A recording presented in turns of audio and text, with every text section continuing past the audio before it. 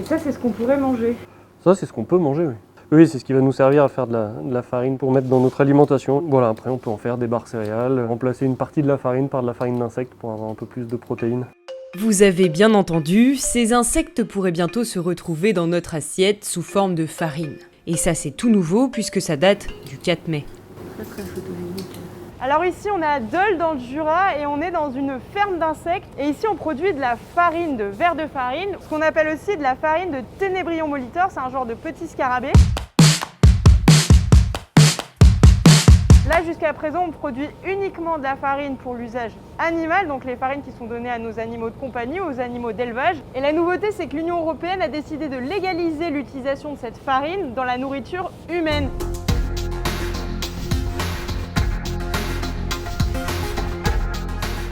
Donc là, on va pouvoir rentrer dans notre ferme verticale. C'est là qu'elles grandissent, qu'elles se développent, qu'elles mangent. Bon, vous le voyez, pas de cadre bucolique pour la production de ces aliments du futur. Les larves grandissent dans ces bacs rouges, empilés jusqu'au plafond. Donc voilà, là on est sur notre stockage, donc on a environ 1000 palettes qui peuvent être stockées sur 15 mètres de hauteur. On a environ 72 tonnes de larves qui peuvent être stockées en même temps dans l'élevage. Des larves nourries et toilettées de manière totalement robotisée.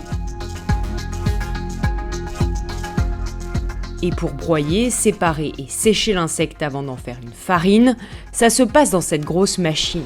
Ici on est dans la partie transformation. C'est l'ensemble des processus qui nous permettent de transformer nos larves de notre élevage en farine. En tout cas ici on a le produit fini qui descend. C'est la fameuse farine. C'est ça, c'est notre farine d'insectes. Donc ce sera soit pour les chiens ou les chats ou peut-être un autre client qui fait de l'aquaculture. Et cette farine est saine et nourrissante pour nous aussi, les humains. Donc voilà, c'est une farine comme une autre, sauf qu'elle est riche en protéines. Et vous avez déjà testé, ça a quel goût? Alors on a testé, c'est pas gustativement, c'est pas très intéressant. Ça a un petit goût de noisette si on s'y attarde, mais c'est pas très prononcé. C'est plus l'aspect santé et nutritionnel qui est important dans cette farine. Et si cette farine est intéressante, c'est aussi parce qu'elle permet l'apport de protéines sans passer par l'élevage et l'abattage de viande, qui est extrêmement gourmande en ressources. En fait, d'ici 2050, on va devoir nourrir 9 milliards d'êtres humains. C'est énorme. Donc là, on a une solution qui prend peu d'espace, peu de ressources et qui va amener des protéines. Et donc, c'est une alternative. Ça ne remplacera pas les autres, mais c'est un complément. Et vous pensez que ça va être bien accepté par la population française, par exemple? Sur l'insecte entier, ça mettra un peu plus de temps. Sur la poudre, ça sera plus facile parce qu'il suffit de l'incorporer dans ses recettes.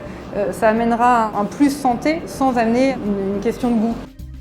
Ces nouvelles farines pourraient être incorporées dans des barres de céréales, biscuits ou poudre énergétique dès 2022. Mais rassurez-vous, cet ingrédient un peu spécial sera indiqué dans la composition du produit.